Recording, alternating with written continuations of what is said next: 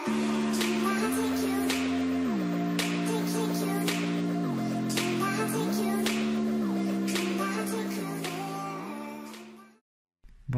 сәлем. Бүгінгі сабақта Word бағдарламасын үйренуді бастаймыз. Word'ты ашу үшін сол жақ төмен жақта орналасқан пусыкты басамыз. Ол ашылғаннан кейін көп приложениелердің арасынан Word'ты таңдап аламыз. Яғни бұл жерде алфавитный порядок бойынша орналасқан. Word'тың көп версиялары бар. Мендегі Word ол 2016 жылы версиясы. Ең алдымен пернетақтаны қысқаша талқылап өтеміз. Себебі біздің барлық әрекетіміз осы пернетақтамен байланысты. Біз барлық символдарды, әріптерді осы пернетақта арқылы жазамыз. Мысалы, компьютерді енді үйреніп келе жатқан қолданушылар кейбір кнопкалардың қандай әрекет атқаратынын білмеуі мүмкін. Сол үшін қысқаша бәрін нақты айтып кетейін. Біз қолданатын клавиатура ол QWERTY клавиатурасы, яғни барлық жерде осы клавиатура қолданылады. Біз Word мен документ жазған кезде көбінесе әріптерді пайдаланамыз. Бұл жерде әріптер ортада орналасқан. Бұл жерде тек қана ағылшын әріптері тұр, бірақ сіздерде міндетті түрде орысша әріптер болады.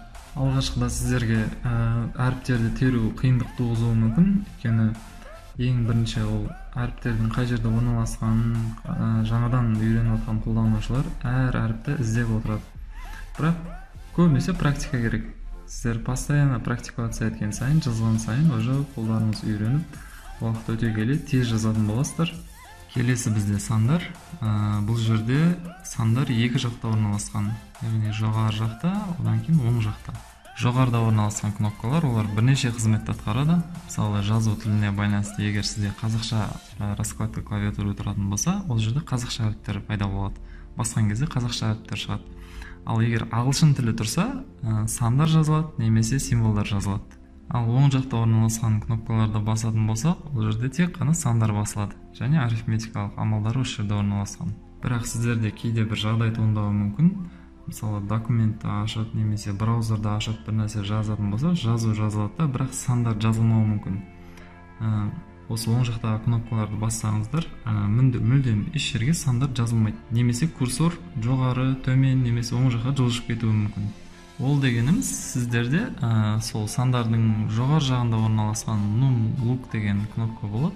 Сол кнопка басылып қалған, яғни num_look сол сандарды өшіріп тастайды. Яғни кнопканы басқанда сандар жазылмайды.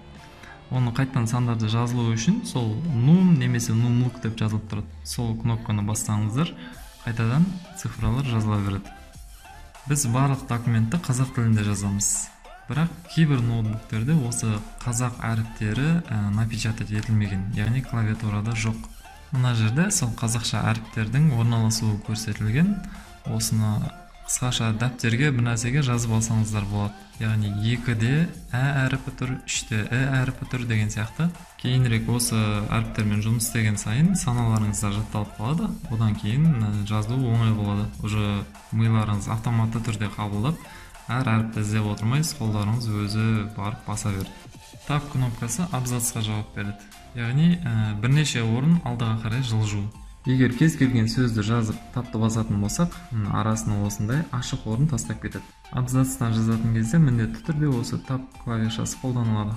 Shift кнопкасы әріптерді бас әріппен жазу үшін қолданылады.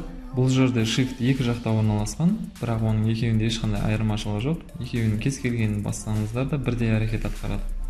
Мысалы, біз әріптерді басқан кезде, олар міндетті түрде кішкентай әріппен жазылады. Ал әріптерді бас әріппен жазу үшін Shift кнопкасын басып тұрасыз да, кез келген әріптерді баса бересіз.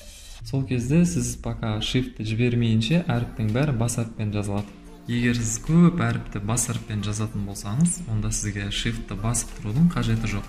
Оның арнайы өзінің кнопкасы бар. Ол бізде Caps Lock.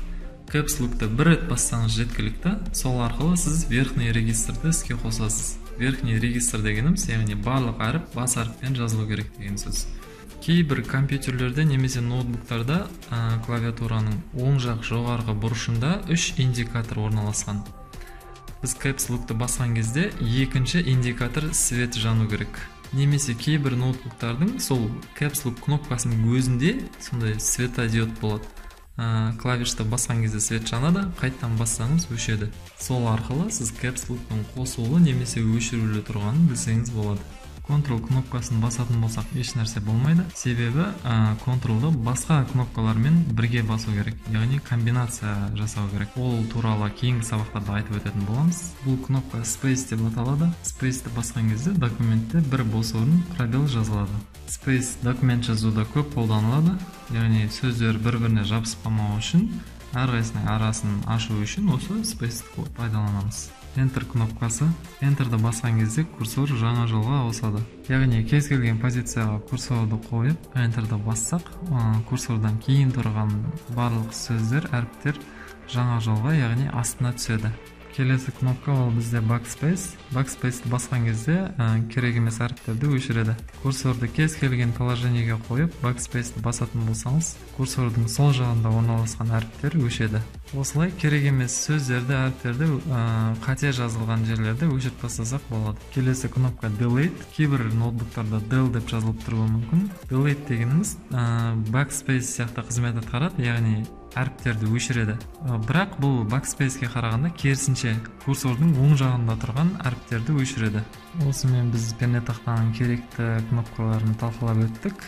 Жоғарыда көрсетілген әрекеттерді міндетті түрде практика жүзінде орындаңыздар. Жазу тілін немесе орысша раскладка клавиатуры деп айтады. Басқа тілдерді таңдау үшін оң жақ төменгі бұрышта элементтер орналасқан. Сол жерде сағат, уведомление, соның қасында раскладка клавиатура.